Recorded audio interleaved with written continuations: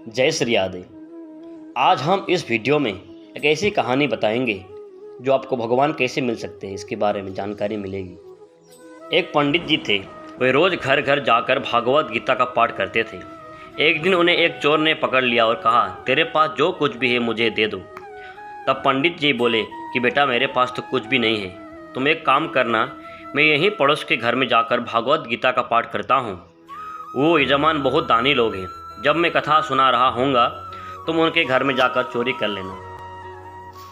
अगले दिन जब पंडित जी कथा सुना रहे थे तब वो चोर वहाँ पहुँच गया।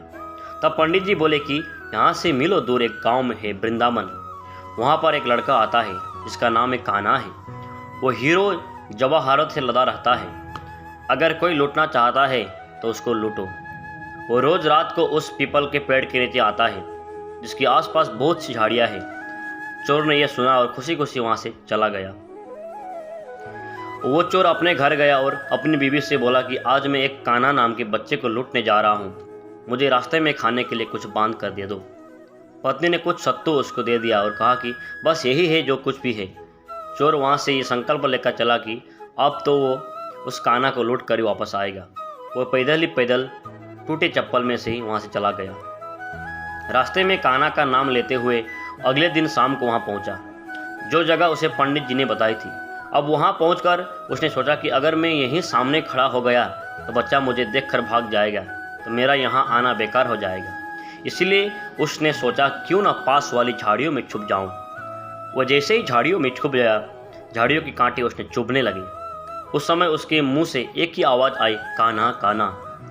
उसका शरीर लहूलुहान हो गया, पर मुंह से सिर्फ यही निकला, कान्हा आ जाओ, कान्हा आ जाओ। अपने भक्त की ऐसी दशा देखकर कान्हा जी चल पड़े।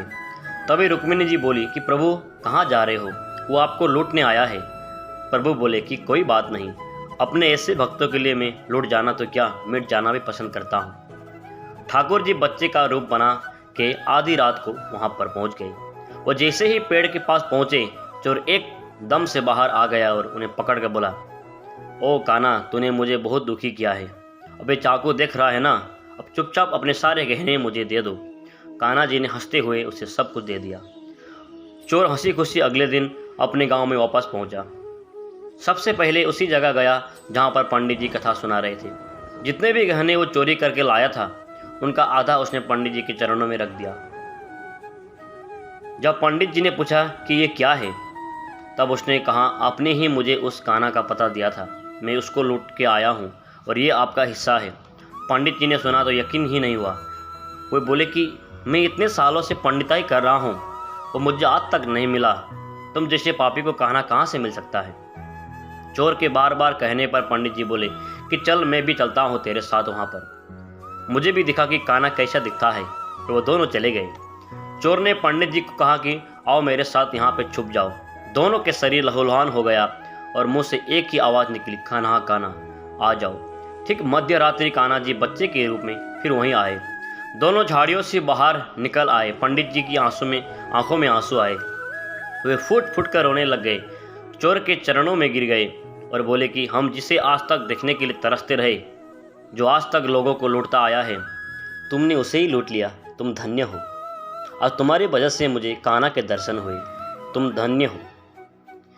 ऐसे ही हमारे कान्हा का प्यार अपने सच्चे भक्तों के लिए, जो उसे सच्चे दिल से पुकारते हैं तो वो भागे भागे चले आते हैं। प्रेम से कहिए राधे राधे। तो हमें ये कहानी से सीख मिलती है कि अगर सच्चे दिल से अगर हम भगवान को चाहते हैं या भगवान को पुकारते हैं, भगवान अवश्य हमें दर्शन देते हैं। जय श्री राधे।